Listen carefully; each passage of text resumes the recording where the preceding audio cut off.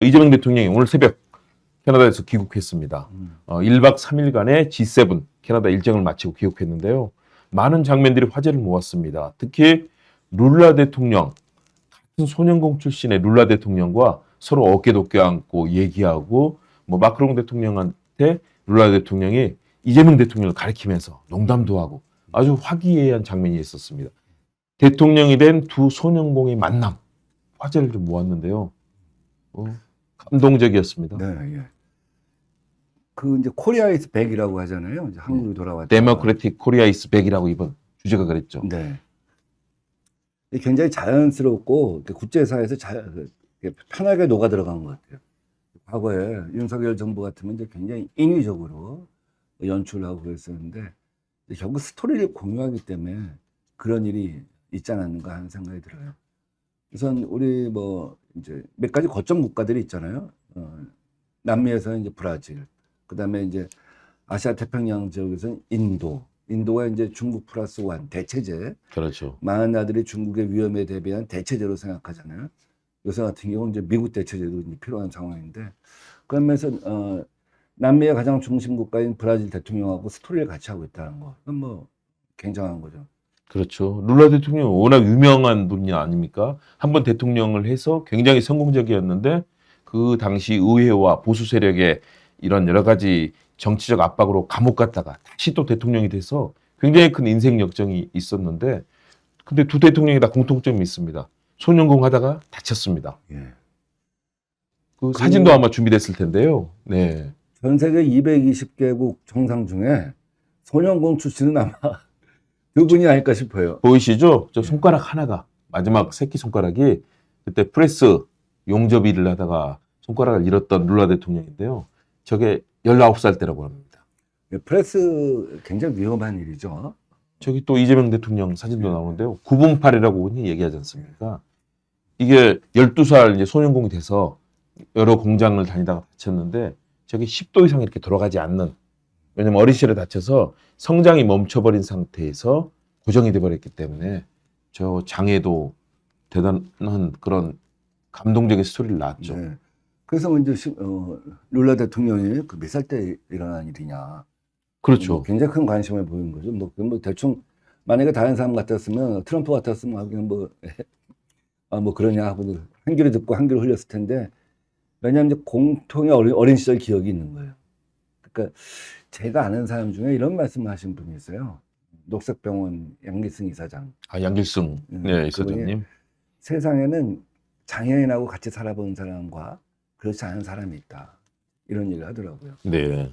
그럴 수 있을 것 같아요. 연민 이런 게 같이 있는 거죠. 포용. 근데 똑같은 거죠. 세상에 어린 시절에 혹독한 고통을 겪어본 사람과 그렇지 않은 사람이 있을 수 있어요.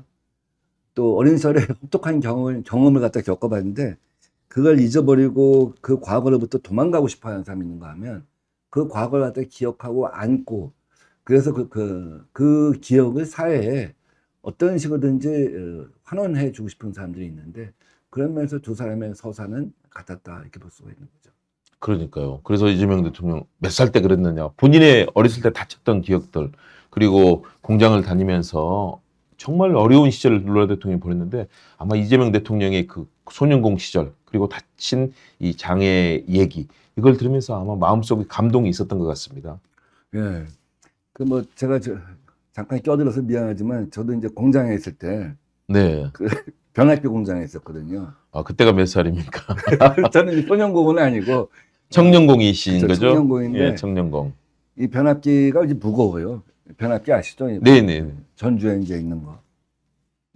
그 안에 철심이라고 있습니다. 철심이 이제 전기를 갖다 돌려주는 건데, 이거 갖다가 굉장히 이게 그 철심이 탄력성이 너무 높아요. 그래서 이걸 잘못 누르면 조금만 길게 누르잖아요. 그럼 이게 팍 튀어요. 팍 튀는데 여기 가서 딱 찔리더라고요. 아, 예. 약간 상처가 남아있는데, 사실은 우리가 이제 지금 이게 그 상처 맞습니까? 요 밑인데요. 네네. 지금 벌써 몇십 년 지나서 이제 다 많이 이제 상처가 가셨습니다만, 그게 위험한 일이죠. 근데 그렇죠. 어렸을 때 룰라 같은 경우 손가락을 잃었을 때 그 상심이 얼마나 컸겠어요. 그다음에 그렇죠. 이재명 소년공도 팔이 비틀어졌을 때 얼마나 그 상심이 컸겠어요. 내가 지금 초등학교밖에 못 나왔는데 거기다 또 팔까지 잃어? 팔까지 잃으면 내 미래는 뭐가 있는 거야?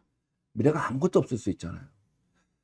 막 굉장히 뭐 힘든 과정이었을 텐데 그걸 이겨내고 지금 또 그 가난한 시절을 갖다 잊지 않고 그 사람들을 위해서 뭔가 하겠다는 거. 이거 정말 대단한 것 같아요. 그러니까 뭐냐면 룰라도 첫 번째 대통령 때 업적이 그거 아니에요. 세계에서 빈곤율이 가장 높은 나라 중에 하나였는데 그 빈곤율을 혁명적으로 줄였잖아요. 그렇죠.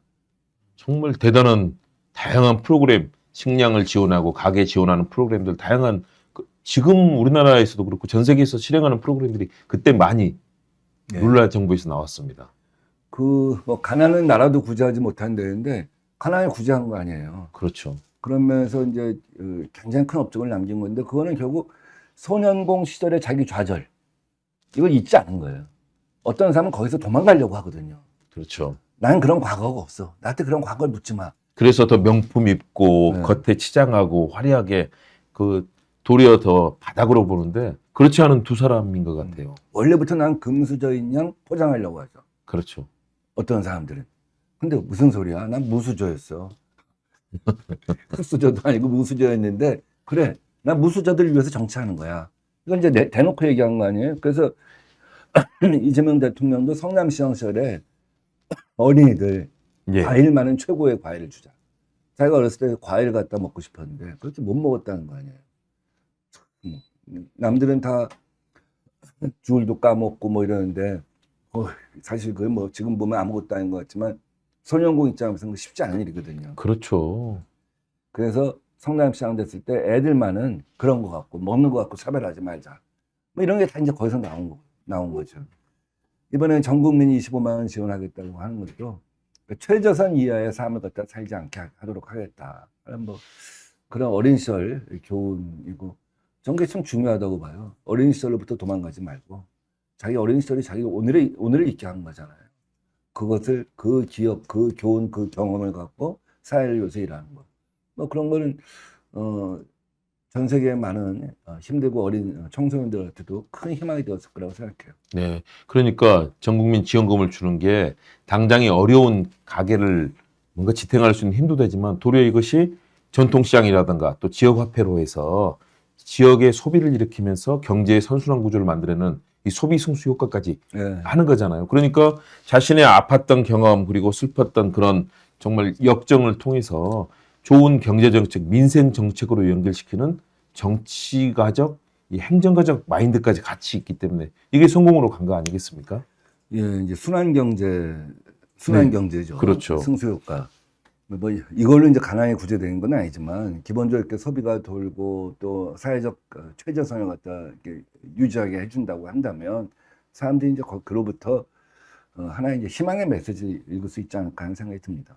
네, 이번 정상회담 때 보면은 그래서 룰라 대통령뿐만 아니라 마크롱 대통령 옆에 있었던 젤렌스키 우크라이나 대통령과 악수를 했지만 옆에 앉았던 남아공 대통령과도 첫 회담을 같이 했는데 아주 친숙한 그런 모습이었고요. 세계 정상들과 이번에 짧은 기간이었지만 어쨌든 이 9차례 정상회담이라고 물론 트럼프가 이 중도에 가버렸기 때문에 한미 정상은 도리어 시간을 벌었다는 평가도 있고 또 아쉽다는 평가도 있는데요. 그래도 9차례 정상회담을 하면서 세계 정상들과 일단 교류의 길을 탔다.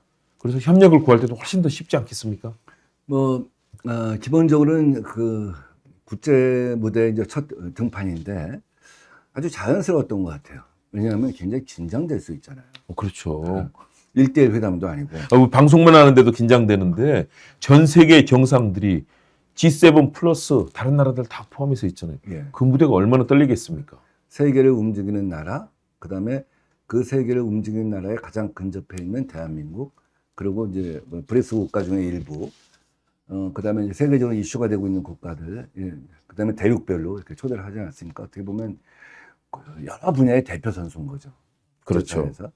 그러니까 우리가 이제 국제사회에서 보면 대표 선수의 이론인데 거기 가서 취임 열흘 만에 가갖고 긴장되지 않고 자연스럽게 친구들처럼 얘기를 하고 또 포인트마다 스토리를 갖다 같이 나누잖아요. 그렇죠.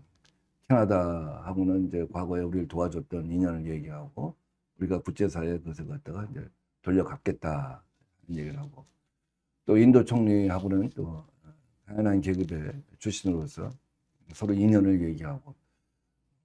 근데 김혜경 여사가 무슨 김씨죠? 혹시 가락김씨인가요? 가락김씨는 아니었던 것 같은데 정확히 모르겠네요. 아니 왜 네. 인도 대통령이 허씨 얘기를 했는가 해서, 아, 그래요? 인도 대통령이 아, 신라시대 예, 때 예, 예. 그 공주가 예. 결혼을 가락국은 했는데, 김해김가인데요. 네.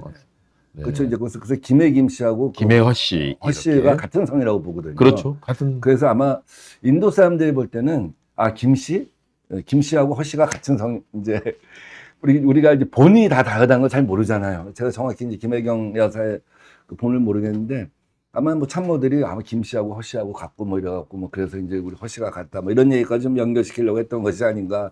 인도 사람들은 다 알고 있습니다. 제가 외교부 출기자 시절에 인도 대사를 만나서 여러 차례 만났는데요. 김 씨와 하 씨가 같은 가족이서 결혼을 하지 않는다. 이 얘기까지도 다 알고 있고요. 한국의 이 김해김가가 인도와 가장 큰 그런 소통의 가족 같은 관계로 소통한다라는 생각을 하고 있더라고요. 총신에 같이 하죠 지금. 네, 그러니까요. 한번 확인해 봐야겠네요. 네. 혹시 아마 인도 대통령이 그런 이제 본을 잘 모르고, 제가 본이 어딘지 잘 몰라서 이제 그런 식으로 하는 데 관심을 갖고 조사를 하고 와서 얘기를 한 거고, 뭐 그런 것들을 보면은 뭐 서로 이제 그 스토리를 갖다 공유할 수 있는 게 좀 많은 지점이 있지 않냐. 왜냐하면 그 스토리가 없는 사람은 다른 나라 대통령하고 만나서 할 일이 많지 않거든요. 그렇죠. 근데 그런 지점에 있어서 장점이 있지 않냐 하는 생각이고, 앞으로 국제 무대에서 대통령이 외교를 할 때 그런 것들을 좀 많이 활용했으면 하는 생각이 좀 많이 들어요. 근데 참 좋았던 게 너무너무 자연스러웠습니다. 이재명 대통령이 거의 G7과 또 초청받은 여러 업서버 국가들이 대통령이 등장할 때 계속 웃고 친밀하게 대화를 하는, 저는 깜짝 놀랐어요. 아까 말씀하신 것처럼 국제 무대에 데뷔할 때는 굉장히 떨리거든요. 기억나시죠? 다른 대통령들, 윤석열도 그렇고 굉장히 긴장된 표정으로 들어갔거든요. 근데 굉장히 아주 친숙하고 편안한 모습이었습니다. 그러니까 성남시장도 잘하고 경기도지사도 잘했는데, 그거와 대통령이라고 하는 건 이제 무게가 다른 거예요. 굉장히 큰 어떤 중압감으로 다가오는 일인데, 사실 그러다 보면 처음에 열흘 동안 잘해야지, 처음에 20일 동안 잘해야지, 그래서 굉장히 무리수를 던질 수가 있어요. 근데 지금 장관 인선하는 것도 그렇고 국제 무대에 등장하는 것도 그렇고 과속하지 않아요. 그렇죠. 무리하지 않아요. 안정적이죠. 예. 마치 대통령 두 번째 하는 사람처럼 자연스럽고 편안하게 하는 것이 굉장히 인상적이었어요. 제가 일단 팩트 체크를 하면요, 확인했더니 안동김 씨였습니다. 아, 김혜경 여사 앞에서는 안동김 씨인데요. 우리나라 권문세가의 대표적이고 특히 경북에서 또 남편이 안동 출신인데 안동김 씨입니다. 두 분이 천생연분인 느낌이 드는데요. 근데 뭐 이제 인도 사람이 볼 때는 이제 김혜김 씨나 안동김 씨나 다 김씨. 그렇죠. 다 김씨니까 그렇게 봤겠죠. 우리나라에서 허씨가 가서 신라국계 왕비가 됐으니 지금 영부인께서 네. 왕비 아닙니까? 그렇죠. 그러니까 이제 같은 그 계통, 그러니까 이제 우리는 사돈 국가다. 네. 뭐 이런 거 아니에요? 이제 그럼요. 인도하고는 이번 일로 사돈 국가가 된 거예요. 그러니까. 약간 이제 과장하면. 네. 브라질하고는 이번에 이제 형제 국가가 된 거예요. 그렇죠. 어깨를 소년공 경험과 삶을 같이 한 형제 국가죠. 어깨 동무를 같이 하는 그런 점에서 굉장히 인상적이었던 것 같아요. 이제 일본하고 어떻게 만나느냐 하는 것도 굉장히 큰 관심이었죠. 그렇죠.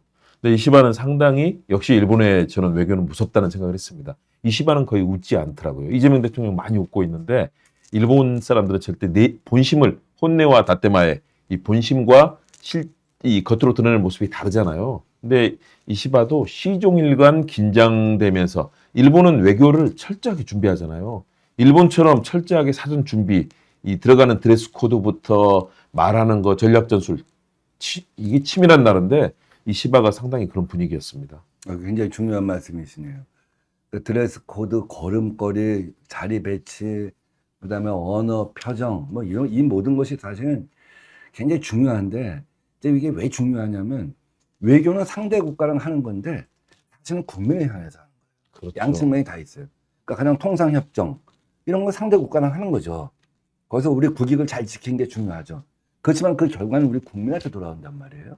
그다음에 지금 아까 말했던 브라질하고 그 형제 국가가 되는 거, 인도하고 사동 국가가 되는 거, 뭐 이런 모든 것들은 보면 국내에 주는 메시지가 강하고.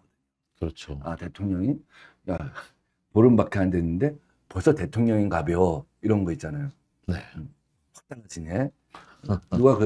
누가 뭐 대통령실 갔다 나온 사람들이 야 그전하고는 아우라가 다르더라 이런 얘기를 하잖아요. 그러니까 국민들이 조금씩 이제 그 아우라를 갖다 이제 보게 되는 그런 지점이 있어요. 어쨌든 일본하고는 이번에 정상회담에서 첫 발을 조심스럽게 잘 뛴 것 같아요. 네. 굉장히 안정적이었죠. 예. 그래서 이제 우리 앞마당을 같이 쓰는 국가다 이런 얘기를 갖다 했는데 앞마당이라고 하는 게 이제 뭐 뒷마당도 아니고 이제 평등하게 같이 쓴다는 개념 아니겠어요? 서로 이웃한 국가라는 개념이고 이제 실리적으로 이제 잘 해가자 이런 얘기인데 그 한마디에 많은 것이 함축돼 있죠. 이제 과거사를 어떻게 할 것인가, 미래를 어떻게 할 것인가. 과거는 과거사 문제로 풀고 또 미래는 미래로 향해 가자. 이런 그 메시지가 아니었던가 하는 생각이 들어요. 그래서 이렇게 안정적으로 국제사회에서 국제무대에서 움직인다면 11월 달에 이제 에이펙 정상회의도 있고 지금 앞으로 수많은 다자회의가 있지 않습니까? 나토 정상회의는 참석할지 안 할지는 아직 최종 결정은 안 된 것 같고요.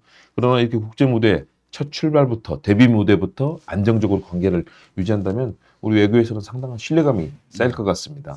지난주 대담에서 저는 좀 참석 가능성이 높은 걸로 봤는데 이번에 좀 자신감도 생기고 그래서 아마 그런 방향으로 좀 선회가 되지 않을까 하는 생각이 들어요. 이제 그 사이에 큰 이슈가 하나 터지긴 했지만 그 이란하고 이스라엘 전쟁 그렇죠.